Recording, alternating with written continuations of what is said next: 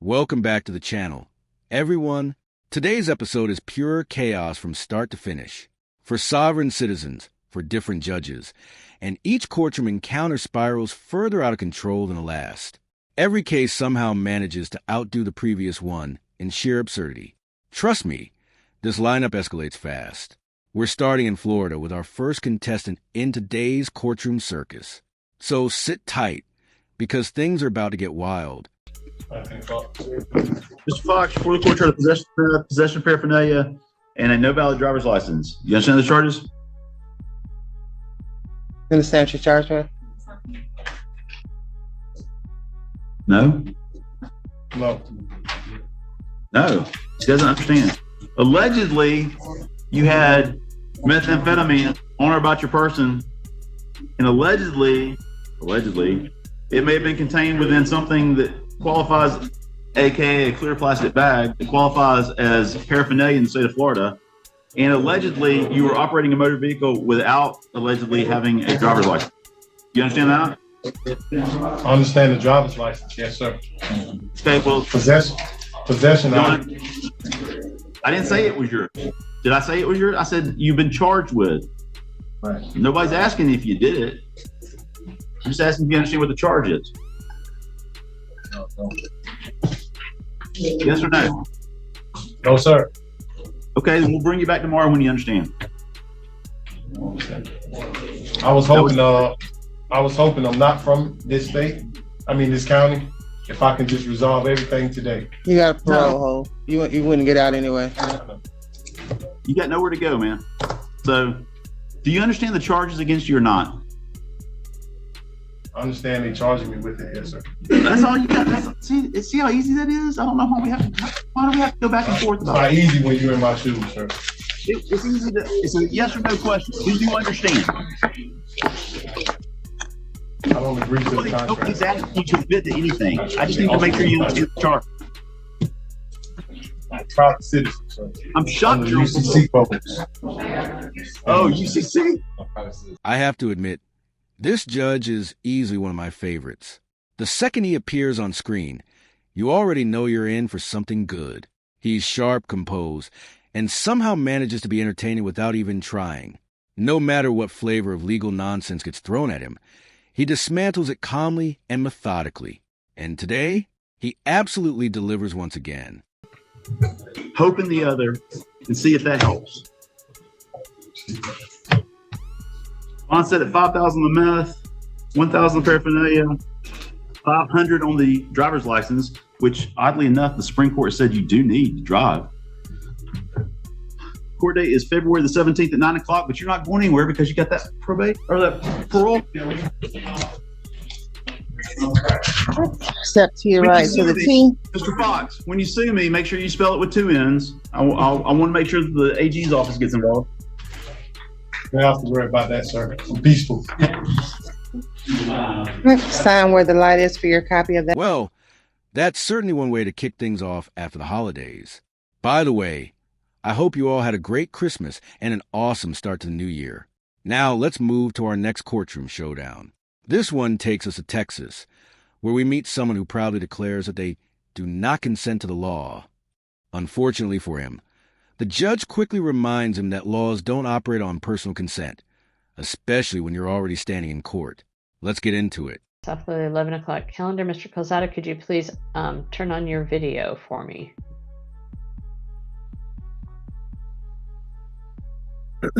Yeah, hold on one second.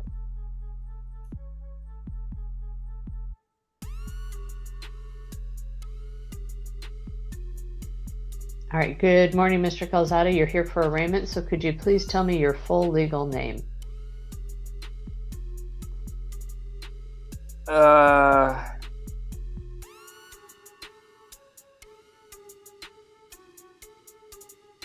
I don't know how that has anything to do with a case.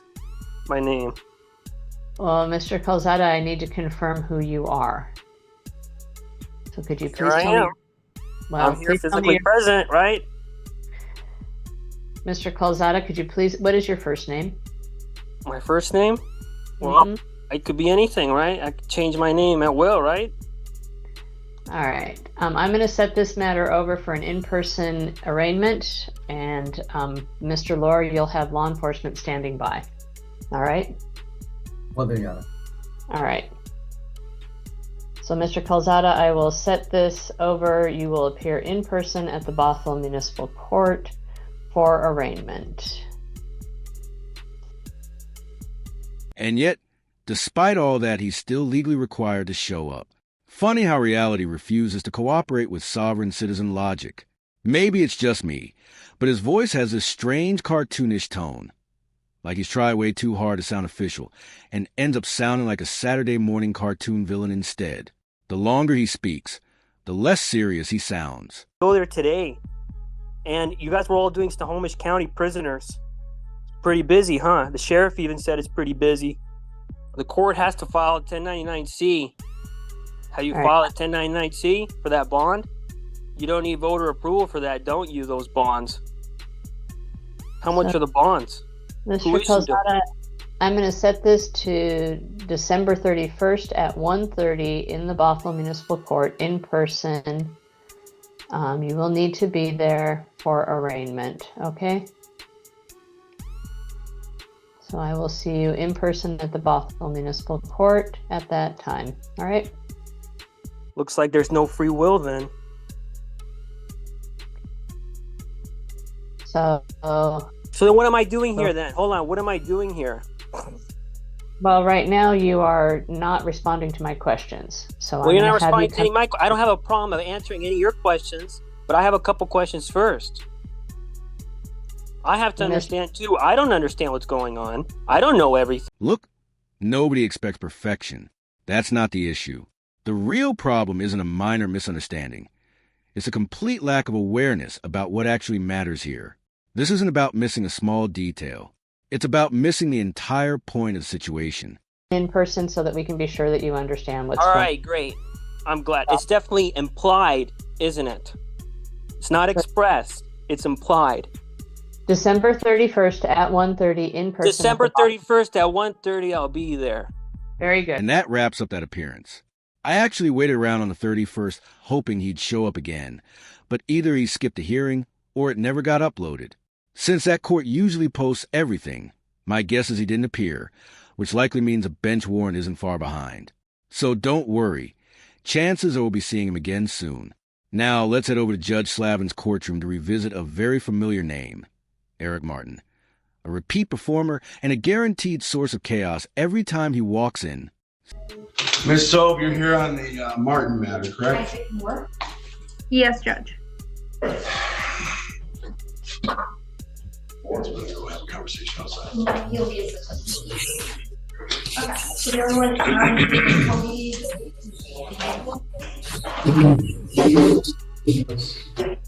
All right, today's the date and time set for a hearing in this matter with regard to a bond violation.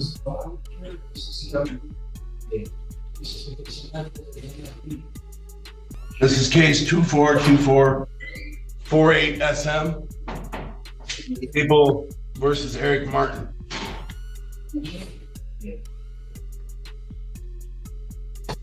Everybody hear me? yes. Good morning, Judge. Donna Sobe on behalf of the people, P87439. Morning, Your Honor. James Gazicki on behalf of Mr. Martin, Your Honor. I have a motion to make. All right, go ahead.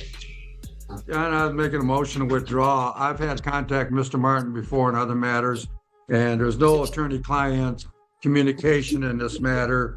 We're talking about different things, and there's just no way of moving forward that I can adequately represent him, Your Honor. So I'm asking to withdraw. All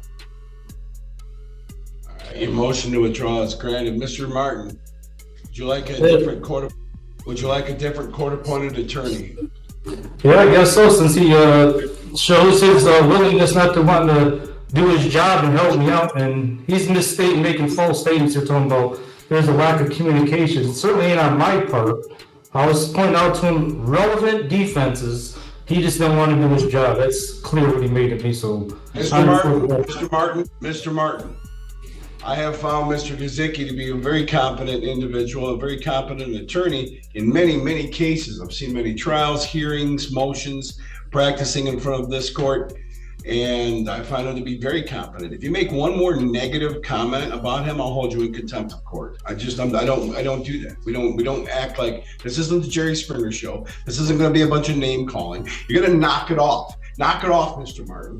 I'm done with everything and you keep doing all of your little negative comments, things that you want to say about people. You think you're the smartest person in the room and that you have some sort of special Juris Doctorate, I guess, from somewhere. Oh, yes. I remember this one clearly. The sovereign citizen who carries himself like he graduated top of his class from some imaginary law school. Based on Judge Slavin's previous interactions with Eric, it's obvious the judge's patience has completely run out at this point. It looks like he's ready to give Eric's family some peace and let Eric enjoy some quiet reflection time behind bars. Have the first clue when it comes to things, and you talk about that. And so Mr. Gazicki is saying that he's trying to talk to you about actual legal defenses, and you're trying to bring up some kind of other stuff. And so I'm going to grant his motion. All I asked you was this. I didn't ask you to give me a commentary about Mr. Gazicki or what you think he can do, because I've always seen him to do his job every single time he does a file. What I want to know is, do you want another court-appointed attorney or are you representing yourself? That's it. It's a simple question. Answer simple questions. That's what you needed to start doing, is answering the questions. Yep, one other attorney. But I want to state also that if it was recorded, that we would state it would support my allegations. Time out. Nope, not hearing it. The question is this. Do you want another court-appointed attorney? So you're either going to say yes, court-appointed attorney, or represent yourself. What is your answer here today? Because there's only two possible answers here. You either get another attorney, or you can represent yourself if you'd like. Or if you want to hire your own attorney, you can do that. So there's three things. Are you going to get one appointed, yourself, or retained? Those are the three possible answer choices. What are you going with? Yes, another appointed one, but without. All right, there you go. Don't need any more commentary. Don't need any more commentary about it. You have a right to remain silent. You can exercise that right now. So we're going to appoint another court-appointed attorney to you. And the individual who was here as your attorney during your trial, you seem to get along pretty well with him. You want me to reach out to see if he's available? I don't know who you're referring to. The guy who was here at your trial. I don't know his last name. Oh, he's on the other trial. Yeah, the other trial, not this case. This is the misdemeanor domestic violence case. I'm talking about your driving on a suspended license case, restricted. Well, I mean, he did for the most part. I won't say for the most part, maybe for the most part, but there's some things he didn't do neither. He didn't raise my right to travel defense. So yes or no? Yes or no? Is he somebody that you think you can get you can communicate well with? I guess we'll give him a try. I guess. Yeah. Sure. All right. I'm going to appoint, reach out and see if we can see if he's available. So let's appoint. But now, Slayton, I have some questions for you before you move forward. All right. So we're going to set that. We're going to set that for a hearing date, and we'll see you then. Honestly, this one is exhausting to watch. It's not even about the sovereign citizen identity anymore. It's the fact that he genuinely believes the court has no authority to stop him from harassing his own family. That kind of disconnect from reality doesn't scream bad luck. It screams consequences. Now, for our final case of the day, we're staying in Michigan and heading into Magistrate Hayes' courtroom. This one runs a full sovereign script. But thankfully, the judge responds with clear, straightforward facts. Attorney Magistrate. We are scheduled for an informal hearing in two different cases that arise out of one citation. And those Correct. Two cases are both entitled The People of the City of Battle Creek versus Roosevelt LaShawn Williams. Is that your name, sir? That is my name. Basically, what happens is you were issued one citation. It had two violations listed on it. So it became two different cases, one with an A and one with a B at the end. But we have one informal hearing scheduled for both of those cases because they both arise out of the same transaction, so to speak. And I guess, Officer Kellums, is there anything before I begin? No, sir. All right.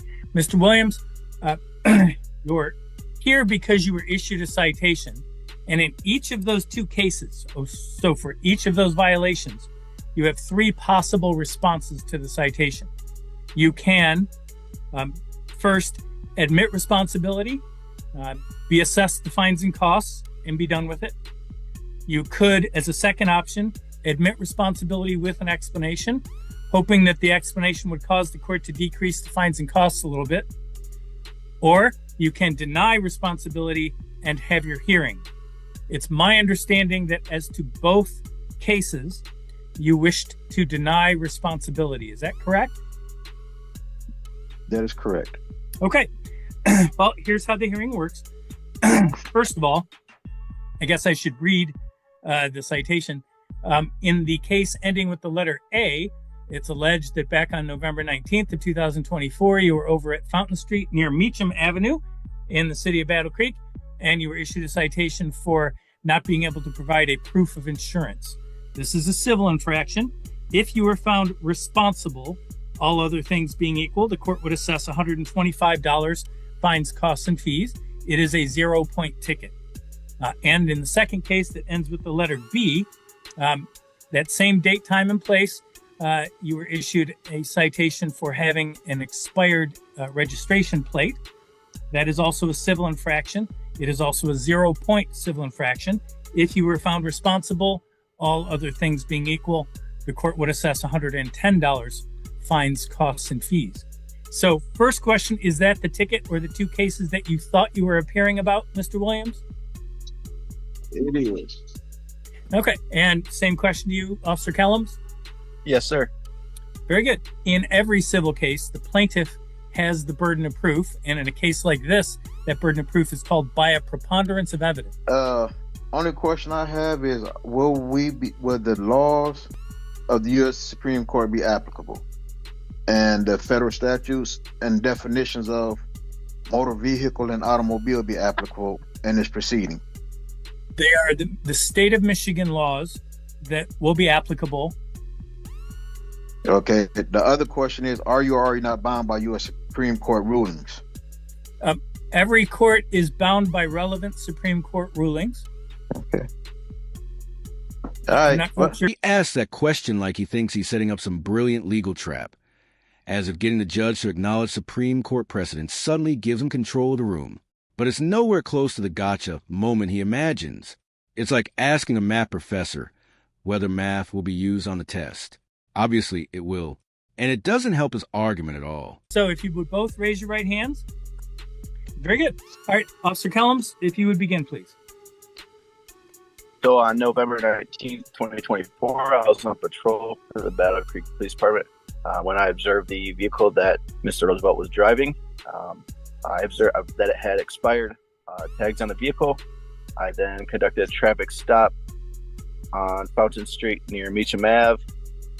Found Mr. Williams to be driving the vehicle, where I issued him the citations. When speaking with Mr. Williams, he could not provide insurance, and his tags were expired. Okay. Do you happen to know when they expired? I do not off the top of my head, sir. Okay. What made you think they were expired? The wrong color and the wrong year on the plate itself, or some? Yes, sir. Yes, sir. All right. Did Mr. Williams say anything to you during the stop about having insurance or not having insurance, or anything about the tags on the plates, anything like that? He informed me that he did not have to have insurance due to that he was traveling, and to drive a vehicle, you don't have to have insurance. Something regarding the Supreme Court. That's about all he said.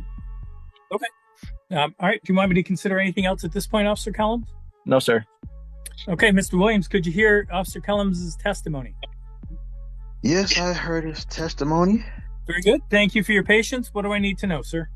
Okay, I did inform Officer Kelly that I am not operating a motor vehicle, but I am operating an automobile.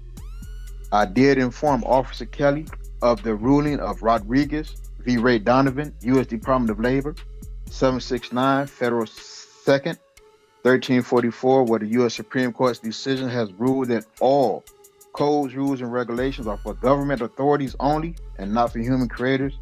In accordance with God laws, all codes, rules, and regulations are unconstitutional and lacking due process.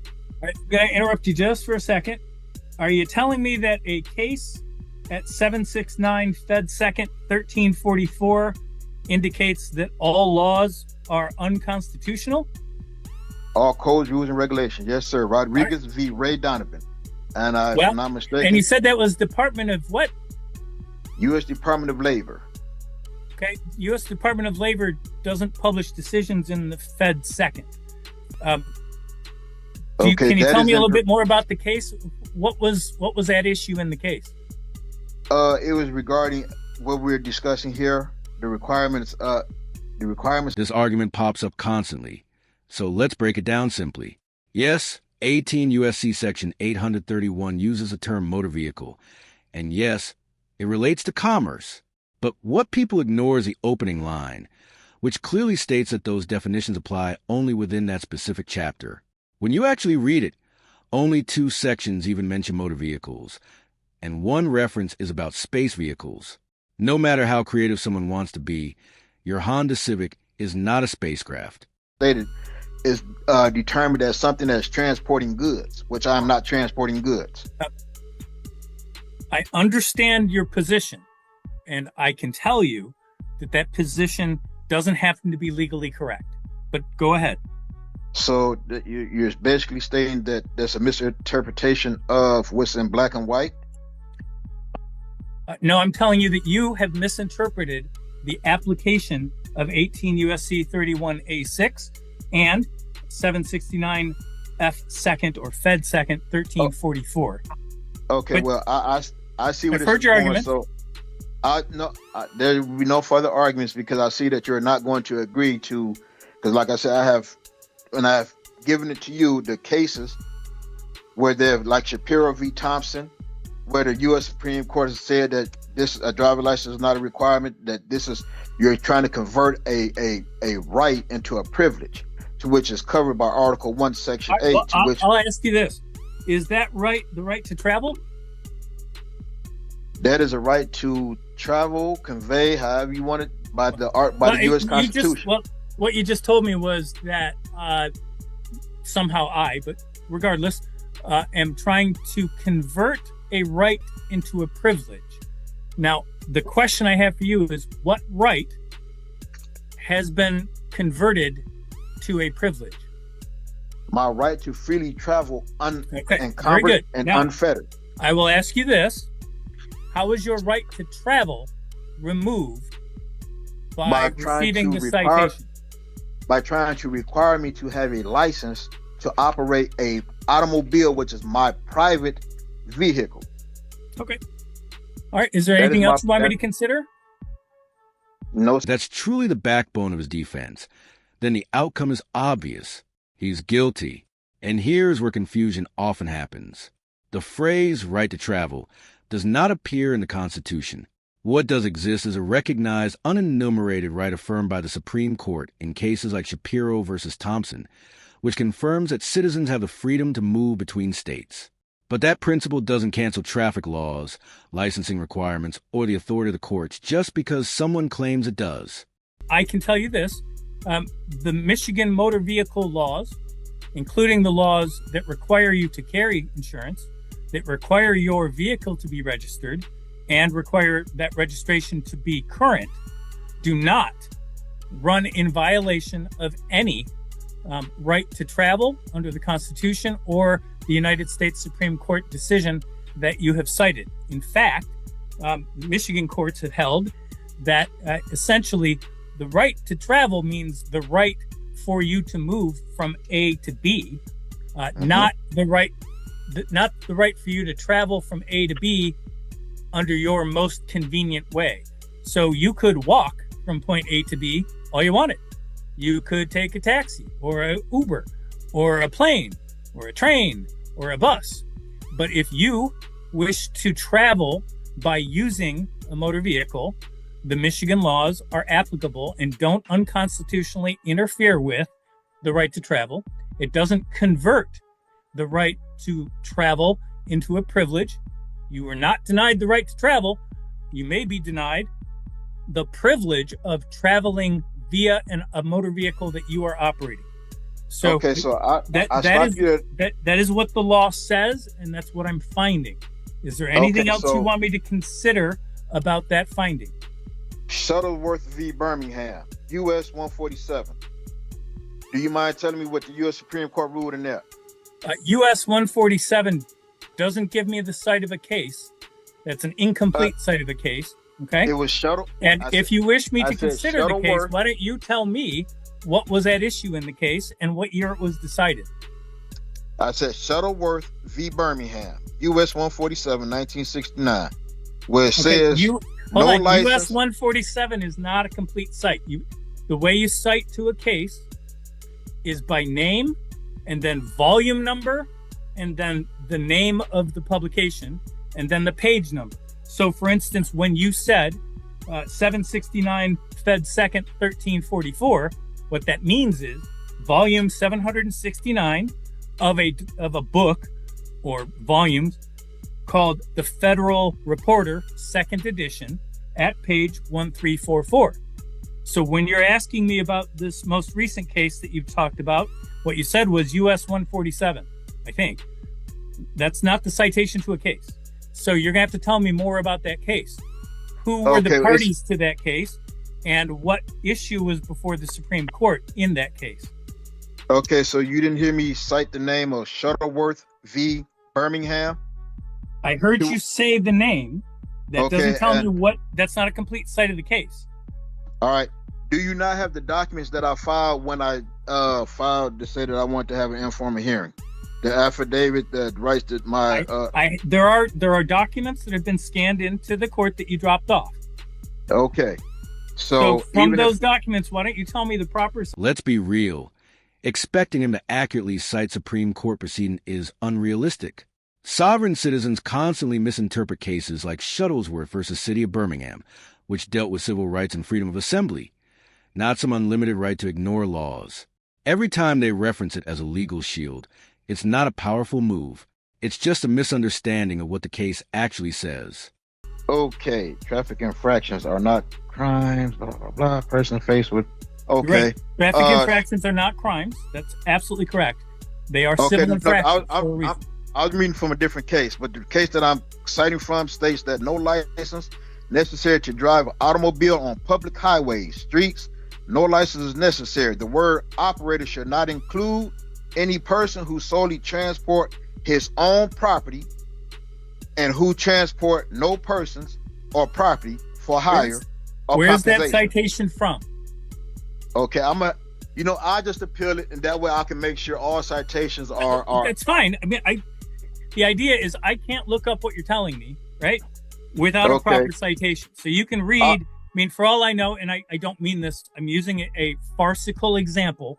For all I know, you're quoting the municipal court in Honolulu, Hawaii, which has no jurisdiction over Michigan. It's understandable. I don't know. So I would cite Payne v. Massey, 196 Southwest 2nd, 493, Texas, 273. Okay.